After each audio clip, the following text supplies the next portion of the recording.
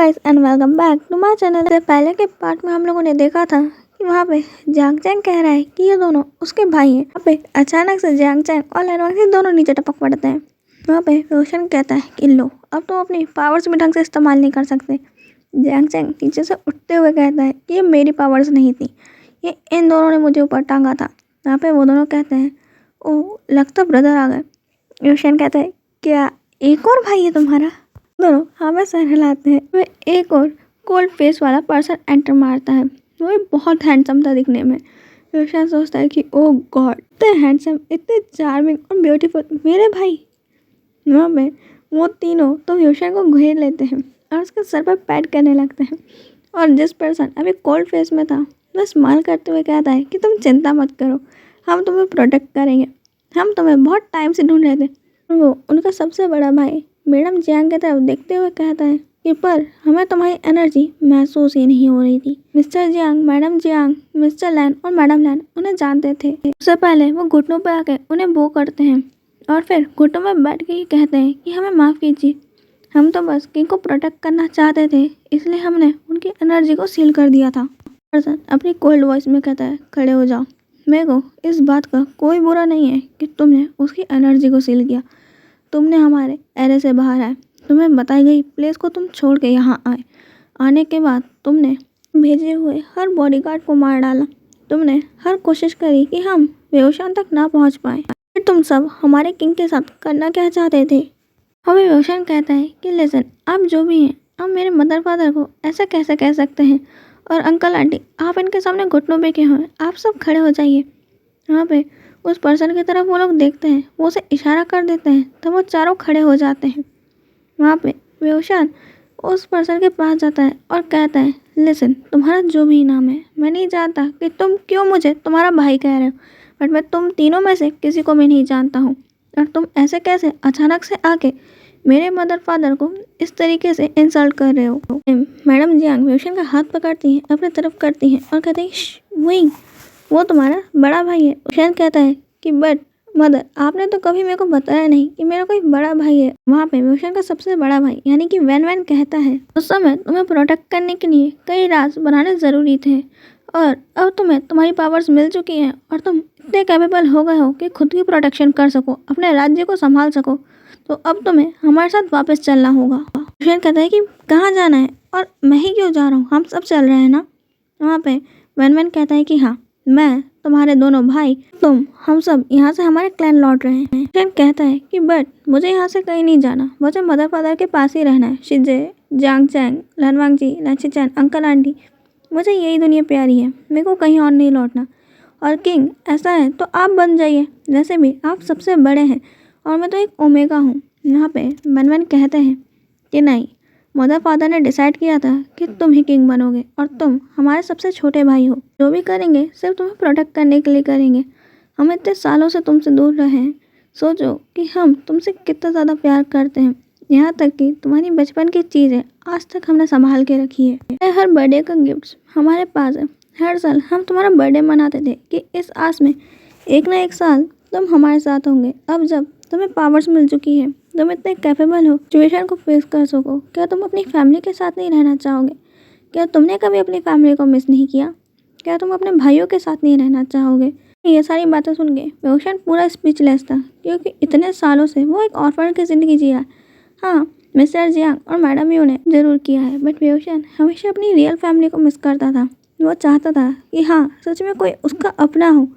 और जब उसे यहाँ पे अपने 3 भाई मिल गए हैं, तब वो अचानक से शॉक्ड है कि इन तीनों के लिए वो उसकी फैमिली को छोड़ पाएगा, क्योंकि वेओशान अब मिस्टर जियांग, मैडम यू, यान ली, जियांग चैंग, इन सभी से अब दूर नहीं जाना चाहता। वह वैन वैन कहता है तुम चिंता मत करो, हम लोग इन्हें भी अपने साथ लेकर चल रहे हैं। चुटकी बजाता है तो वहाँ पे कुछ गार्ड्स अपीयर होते हैं और वहाँ पे फैमिली और लैन फैमिली को लेकर उनके मेंशन तो पहुँच भी जाते हैं। और वहाँ पे वेओशान कहता है कि ये आपने कैसे किया?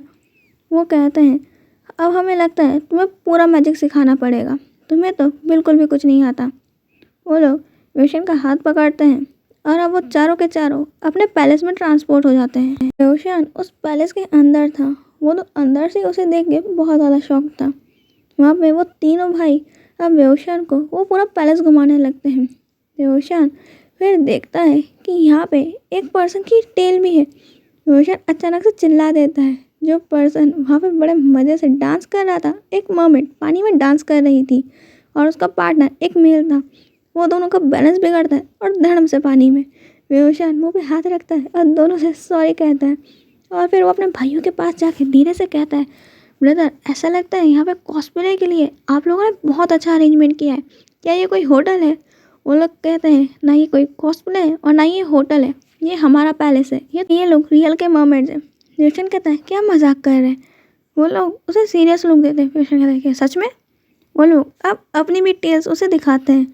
रोशन शॉक्ड में और भाई में बेहोश। वेन कहता है कि ओ माय गॉड, हमारा लिटिल ब्रदर तो बहुत ज़्यादा क्यूट है। ड्रू कहता है कि हाँ तुमने सही कहा, हमारा भाई सच में बहुत ज़्यादा ही क्यूट है। ड्रू कहता है मुझे तो लगता है ये क्यूटनेस कम शॉक्ड ज़्यादा है कि अचानक से हम उसे पानी के अंदर के एक पैलेस में ले आते हैं जहाँ पे वो मर्मेड्स को देख रहा है। आज तक उसने जिनकी किस्से कहानियाँ सुनी है आज वो रियल में आ गए हैं और उसे ये शॉक्ड सबसे ज़्यादा तब लगेगा जब उसे मालूम चलेगा कि खुद ही एक मर्मेड है।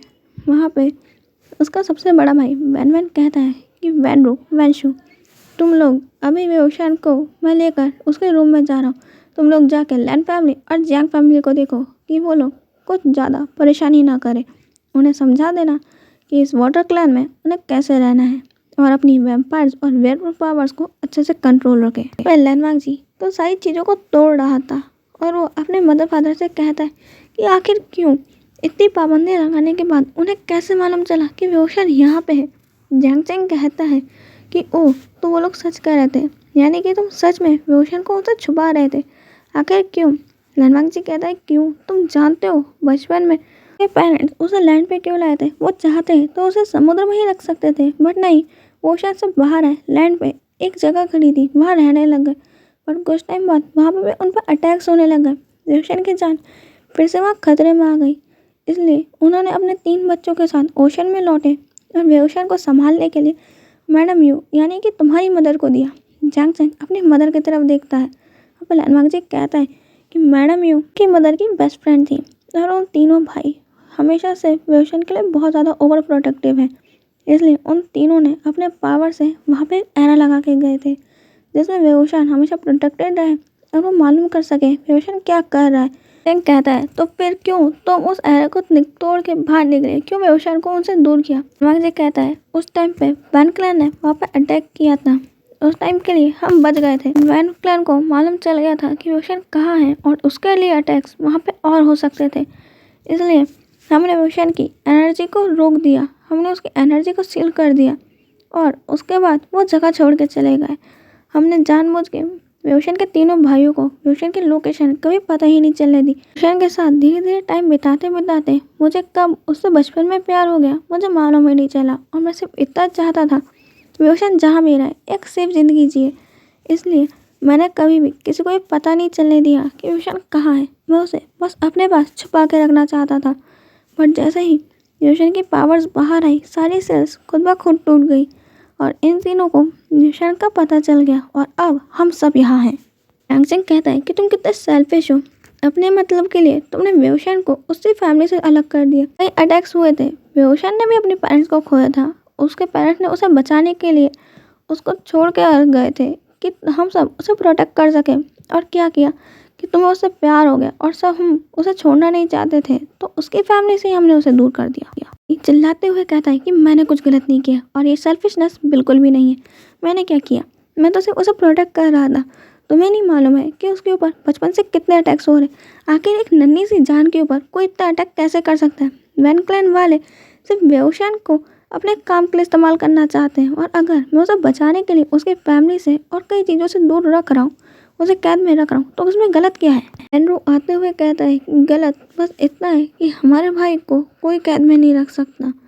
हमारा भाई वो करेगा जो उसे करने का मन है और उसे प्रोटेक्ट करने के लिए उसके तीनों भाई अभी यहाँ पे हैं। हम भी देखते हैं कि हमारे भाई को कैसे कोई वैन क्लैन वाला हाथ लगाता है, हम पूरे वैन क्लैन को तबाह कर देंगे। रणवांग से कहता है कि अच्छा, इससे पहले तो जैसे तुम लोगों ने बिल्कुल पूरा क्लैन तबाह कर दिया था, वेवशान को तो बचा ही लिया था। मालूम भी है कि उसकी जान को कितने मुश्किल से बचाया गया था। अगर उस समय रोशन सरें नहीं मिली होती ना तो वेवशान कब का मर जाता। वो कहता है कि हम भूले नहीं उस एहसान को, उसके बदले तुम जानते हो कि हम लोगों ने कितना बड़ा बलिदान दिया था।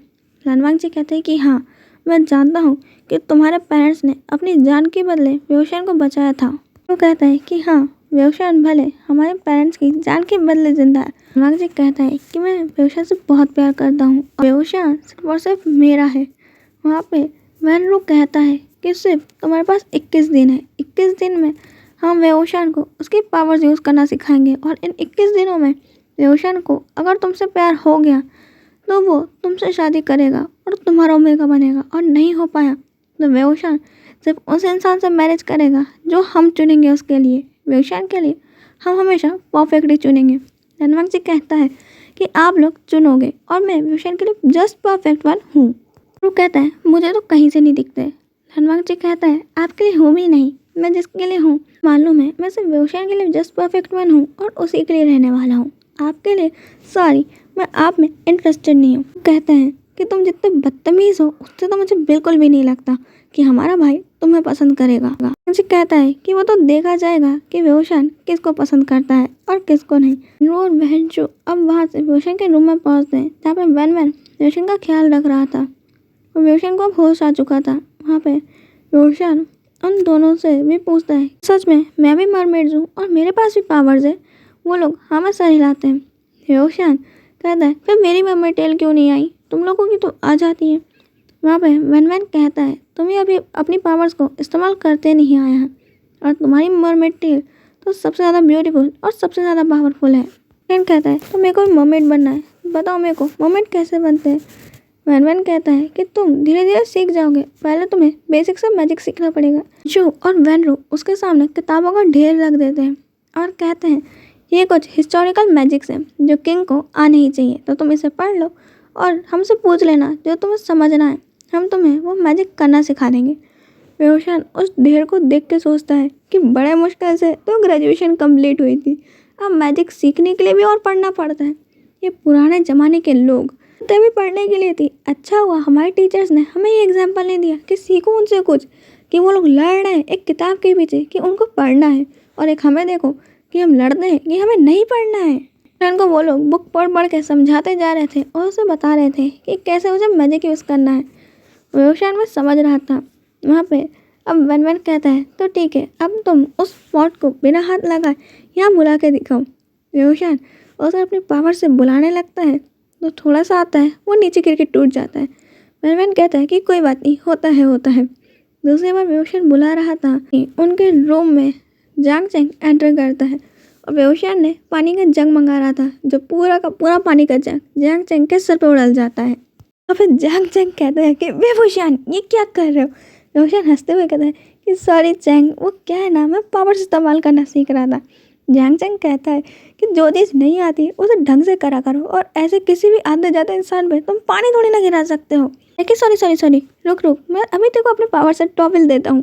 वेवशान अपने पावर से टॉवल बुला रहा था, बट अब दूसरी बार का जग जांग चैंग पे, और अब तो जग भी जांग चैंग के सर पे गिरने ही वाला था कि जांग चैंग वहाँ से हट जाता है। जांग चैंग कहता है कि कोई ज़रूरत नहीं है, तो टॉवल ले सकता हूँ, प्लीज़ ये मैजिक मेरे सामने अगली बार से मत करना, और तेरे मैजिक्स तू अपने पास रख, मैं यहाँ से जा रहा हूँ। आज के लिए इतना ही, हम मिलेंगे नेक्स्ट पार्ट में। बाय।